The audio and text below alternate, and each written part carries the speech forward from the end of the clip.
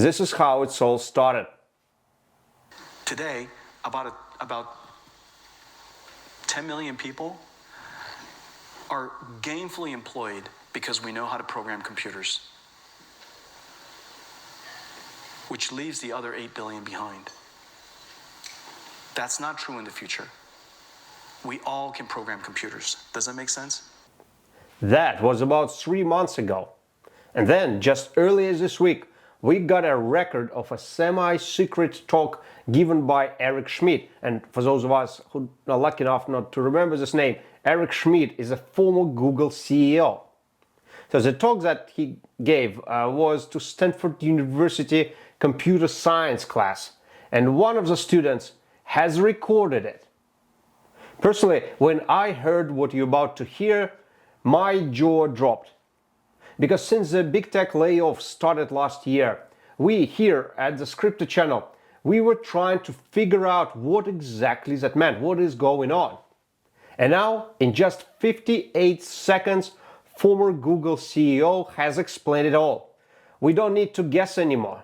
And every one of you do. Say to your LLM the following: make me a copy of TikTok, steal all the users, steal all the music, put my preferences in it, produce this program in the next 30 seconds, release it, and in 1 hour, if it's not viral, do something different along the same lines. That's the command. Boom, boom, boom, boom, right? You understand how powerful that is. If you can go from arbitrary language to arbitrary digital command, which is essentially what Python in this scenario is, imagine that each and every human on the planet has their own programmer that actually does what they want, as opposed to the programmers that work for me who don't do what I ask, right? The programmers here know what I'm talking about. So imagine a non-arrogant programmer that actually does what you want, and you don't have to pay all that money to. And there's infinite supply of these programs. And this is all within the next year or two. Very soon. And this is why last year big tech started mass layoffs. And this is why they keep doing it. And this is why we have this survival guide. In the last 3 months, we have made 5 parts in which we try to understand why big tech is getting rid of coders. Because back then, it didn't make any sense. Well, indeed, why would they fire coders, their main productive force, while revenues and the profits were up? Just, it's not rational. So why? And now we know why. Boom, boom, boom, boom, right? Does that make sense? Yes, now it does. You see, they knew it. They already knew it back then. They knew that they didn't need human coders anymore. And here comes the most important question. Does this mean that coding is no longer a human profession? Does this mean that we should move to something else? Well, yes and no. Data scientists gave us a clue. We have seen in part 3 what happened to them 10 years ago. Because data science was the first profession that actually got hit by the AI wave. And we have seen how back then about 50% of the data scientists, how they retired, 40% got into some obscure jobs where they were paid just an average admin salaries, and they gradually degraded into oblivion. But the remaining 10% survived in their profession. And not just survived, they prospered and they thrived. That's how we came up with that 10% survival rule. That was 10 years ago. And now, in 2024, it is coders and tech people who are at the same crossroad. And the objective of this guide is to help us navigate the AI wave and get us into those 10%. And today, in this part 6 of the guide, we will talk about 6 core survival rules that should help us get there. Before we start, for those of us who's a newcomer to this channel, here's my quick bio, basically my story. I started in physics and mathematics in Russia, then trained as an economist at the Humboldt University in Berlin, in Germany, and then later at Columbia University in New York, I got converted into behavioral economics, which is a science about why humans do what they do. I specialize in building AI systems that manage human behavior in large groups. I spent 5 years in China as a Forbes columnist and authored about 25 articles for them covering mainly economics and tech. Also wrote quite a lot for the Moscow office of the Wall Street Journal covering China as well. And I have been involved in various projects for roughly 100 companies in 6 countries on 4 continents. I launched 3 startups, including an AI computer vision startup that received an Australian National Award. Unfortunately, that startup did not survive COVID. And answering your question, and like, hey mate, do you even code? Yes. Although I usually play some sort of a PM, like project or product manager role, coding is a substantial part of what I do. You can think of me as some sort of a hybrid of an AI researcher, coder, and a behavioral economist. It's like a multimodal AI model, or like a Swiss Army knife.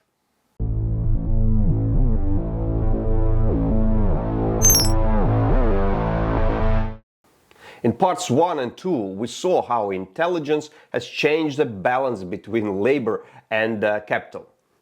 Even before the AI, most of value, the pizza in examples that we used, so most of that value was going to providers of capital.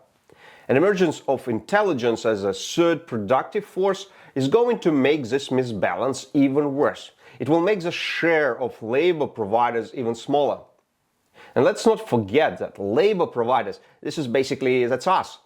Coders are labor providers. And AI is taking our share. Hence, rule number 1. Be provider of capital, not a provider of labor. What a great insight, you may say here. Like, yeah, it's like to give a recommendation. Hey, be rich or be successful. Genius, right? Yeah, but seriously, still, if we pause and think for a second, there is a logic behind this. AI makes intelligence a third production force, and it is squeezing us out. Demand for labor is decreasing, and we want to reduce our dependency on providing labor. Basically, we don't want to be providers of something that is not needed. We need to be ready and protect ourselves. How we protect ourselves? Well, first, we need to cut expenses. We need to keep them to bare minimum. Do you drive Beamer? Well, switch to Toyota. Cut everything that is not essential. Second, we want to make sure that we own our roof. No matter which way the real estate market, economy, or inflation go, we will need a place to live.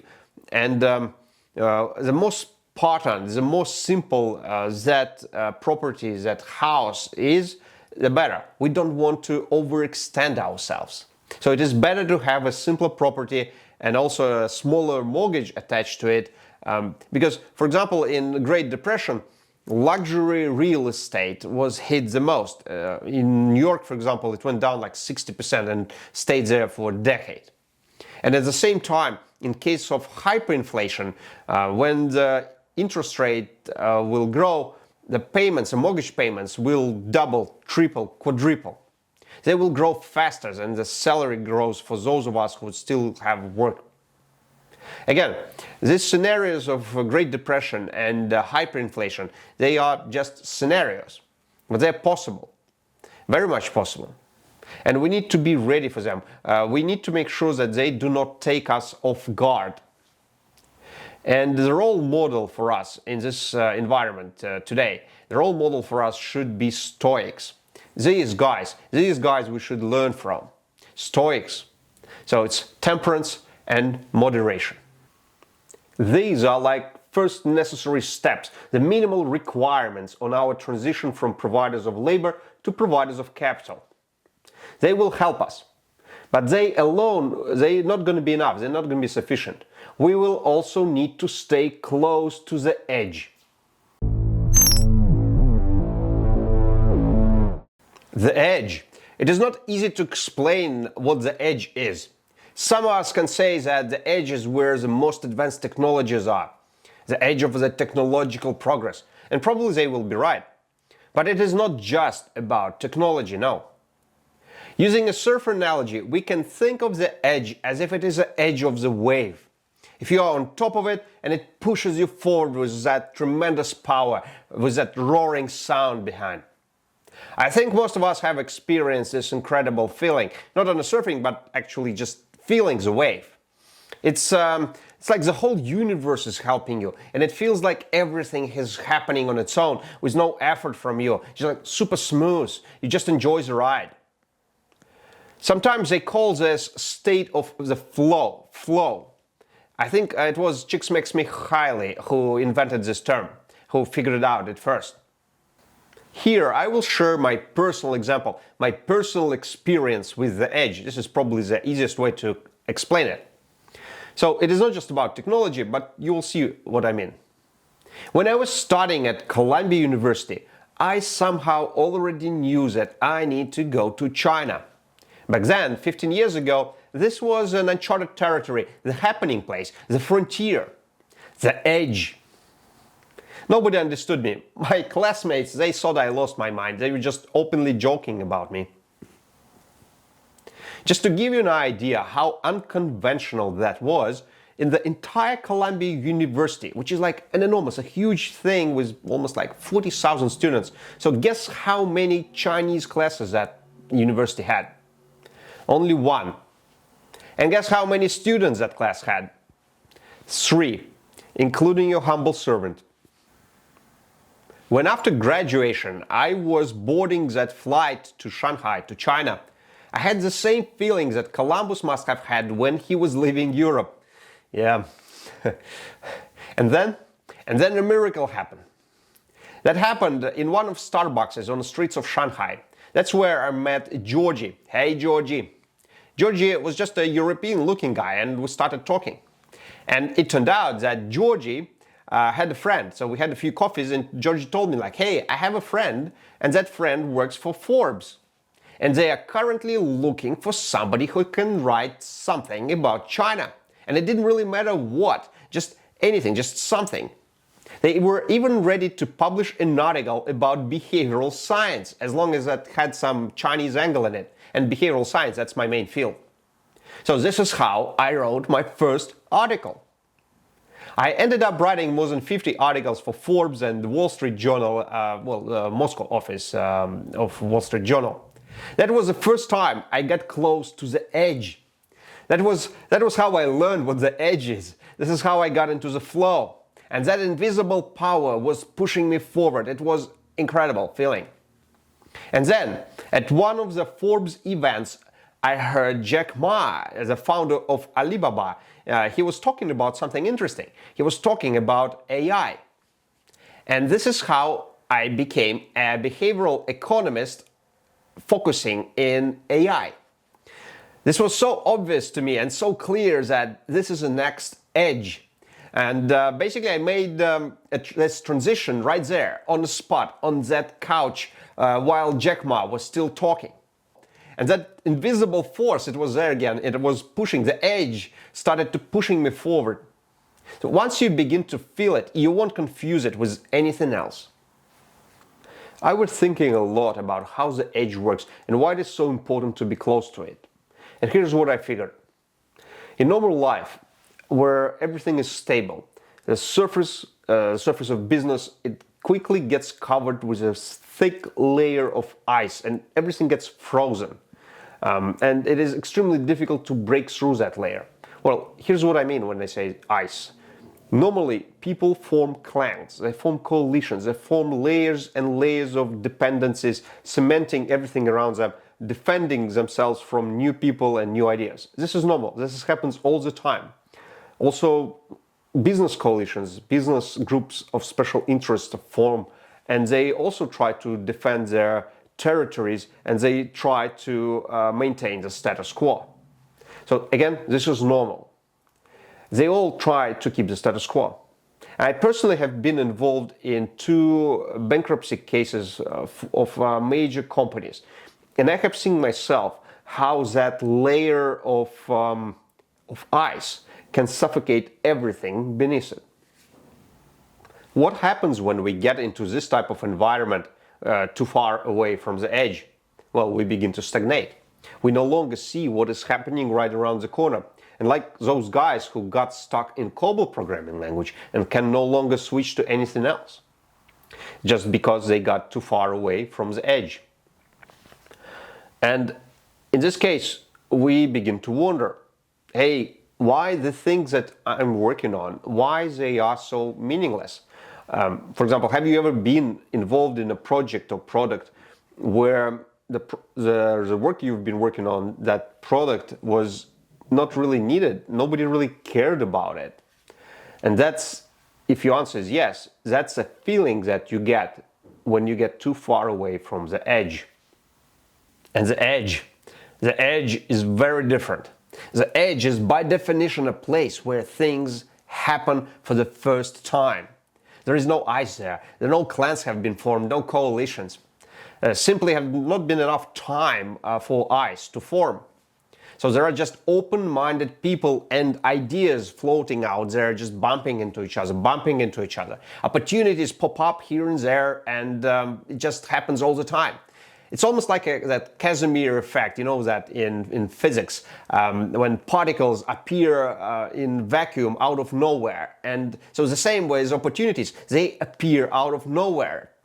Opportunities to talk to people who otherwise, in the course of normal day-to-day corporate life, you would never even have a chance to have. You would never have a chance to meet those people. The bottom line is that the edge is the place where things are happening. There, at the edge, the wave can pick you up and propel you forward. Of course, some luck is needed here.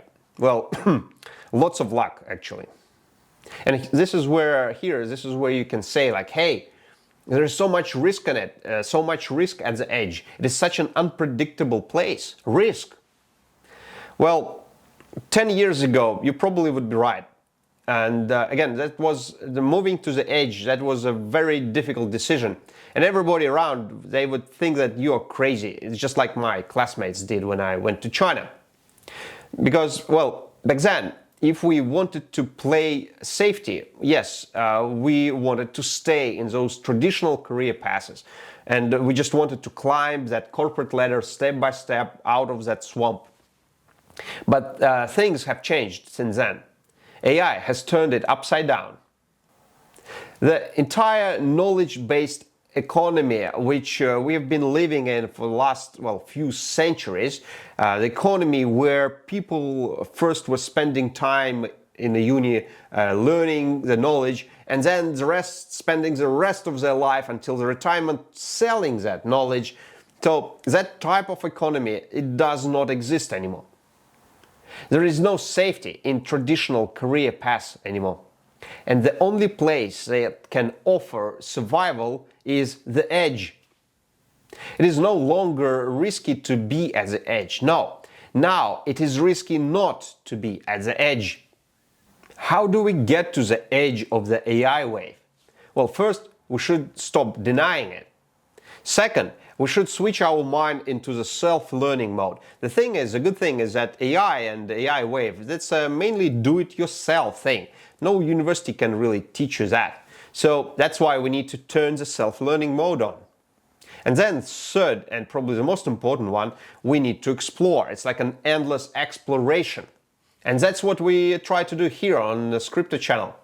Next week, for example, we start a project Camel. And in that project, we're gonna use Llama 3.1 model to build an AI agent.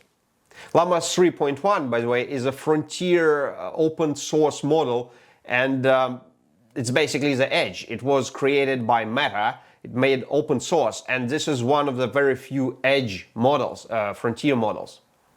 So if you're keen to participate, go to our Discord and find Project Camel. We saw how entire professions like accounting, lawyers, doctors, teachers, coders, how they no longer exist in the post-knowledge-based economy.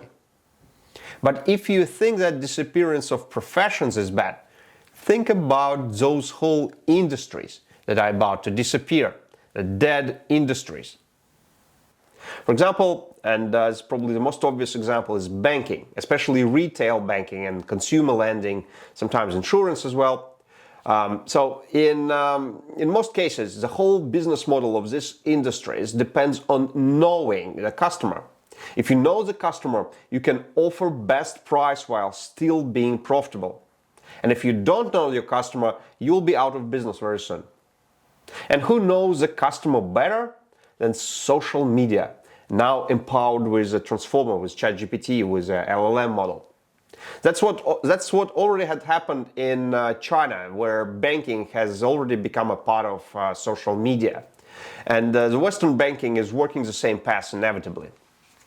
So we basically now move from the knowledge-based economy to something else. And as those industries, as they shut down, they will take with them millions of people. We should stay from them as far as we can. Well, unless we are those who are actually driving this AI transformation. By the way, if you know more dead industries, let us know in the comments.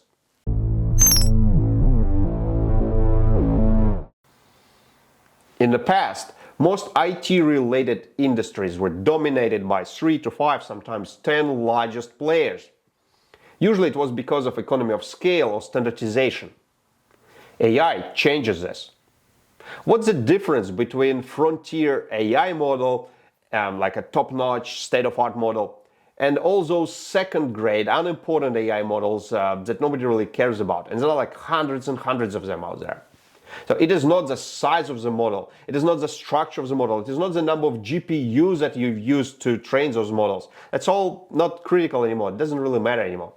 What does matter is data, access to data. Because data drives the quality of the model. Data is the main bottleneck. And the current AI models, they have already consumed pretty much all data available. Well, it is hard to believe, but that's true. All data has already been consumed. In this case, where's the next data coming from? You may ask, like, where the data will come from?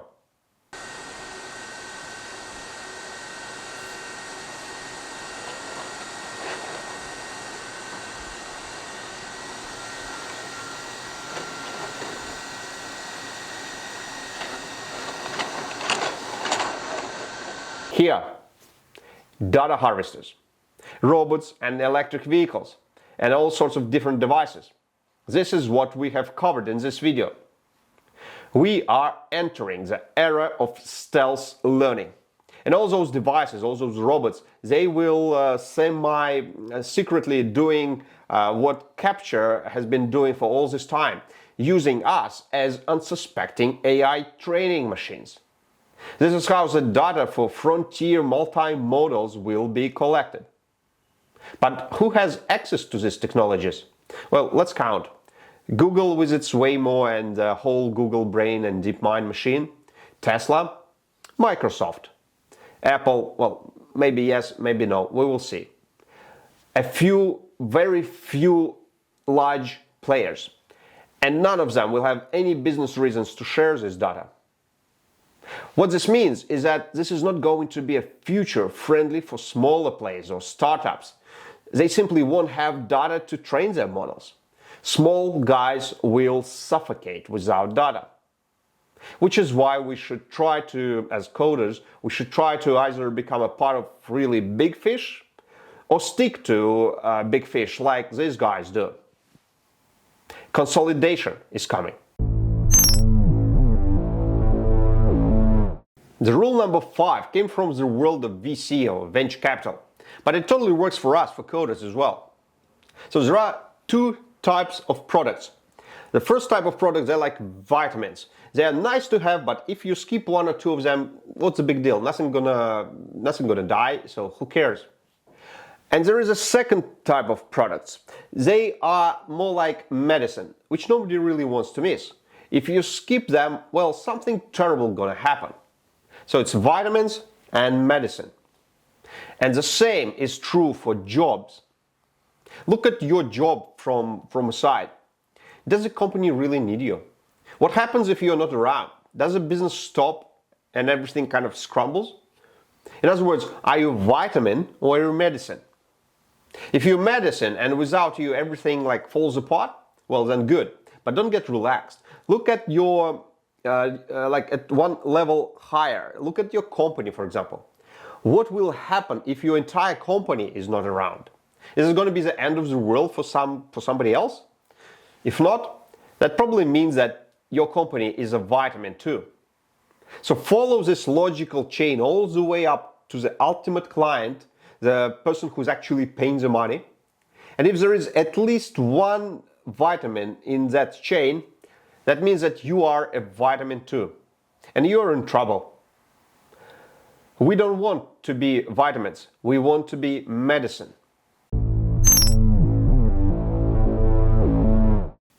And finally, rule number 6. Sell shovels. Since the big tech realized what these transformers and chatgpt actually are, they started building AI factories. These are huge data centers, also called DCs or hyperscalers. And they do nothing but run AI models. That's what they do. There are many hundreds of hyperscalers in a pipeline across the world. So this is a gold rush. That gold rush has just started. It is an AI rush. And as we know, as in any rush, the most profitable is not to search for gold. The most profitable is to sell shovels. And there are two main types of shovels that can be sold here. The first one is MLOps, machine learning operations. In other words, these are engineers that run the AI models. These AI models, they're quite capricious creatures. They require constant monitoring and maintenance, so it's a delicate thing. And as we see more and more AI models coming into operations, there is more and more demand for people who know how to do it, who know how to support and maintain the AI models. And the second type of shovels is parallel computing. All modern AI models, they run on GPUs. And unlike CPUs, GPUs are programmable. Programming is needed to optimize and synchronize tens and even hundreds of thousands of GPUs cores that are in the same building. And if this is done incorrectly, which is actually very easy to do, so if this is done incorrectly, the losses to AI factories, they are like huge, enormous. Which is why AI factories are ready to pay a lot for this skill. Almost all modern AI models, they are run on NVIDIA GPUs. Well, although there are some rumors that Apple is trying to use Google chips, but that's not confirmed yet. So NVIDIA GPUs. And NVIDIA GPUs, they are programmed in CUDA language, which is, and here's a ta-da moment, yes, CUDA language, which is based on C++. What does this mean? For those of us who know C++, transition to CUDA should be natural. Basically, you already have that shovel, at least part of it. All you need to do now is to sell it. So that's the second shovel. Parallel programming. It is hard to say how profitable the shovel selling will be in a distant future, because something tells us that eventually AI will be quite good at that as well, so it will make it redundant. But it is fairly certain that those who master the skill of selling these shovels, they will achieve survival. There is much more to say on this topic. If you want a separate video, just leave a comment, vote for this video in the comments. And now, ta-da! The rule number 7 out of 6. The bonus rule. It's like a secret section in that good old Doom game. A secret section has been revealed. And this is the most important rule, personally my favorite rule, rule number 7. If we look at the winners and the losers of the AI wave, the AI revolution, one trend becomes extremely clear. The companies that were led by hired managers, by the C-suites, by the board of directors, they all of them, I'll repeat, all of them have completely missed the AI inflection point. For example, we discussed that case of Intelgate here in this video. Companies with hired managers, they simply do not have vision. They cannot act. They cannot realign themselves with the AI wave. And all AI winners, they all were led by visionary founders, period. Visionary founders. When we decide whom we want to ride the AI wave with, We should look not at company names, no. We should look at the founders. Do they have vision? Do they have energy and control? Do they know what they're doing? Are they going to bring us to AI heaven? Or are they going to dump us in a ditch, just like Intel did the last week? I personally prefer the first option. Don't follow companies, follow people. Alright guys, if you got that far, it is about time to give this video a like, and also don't forget to subscribe just in case if you haven't done it yet. You know where the button is. See you on the other side.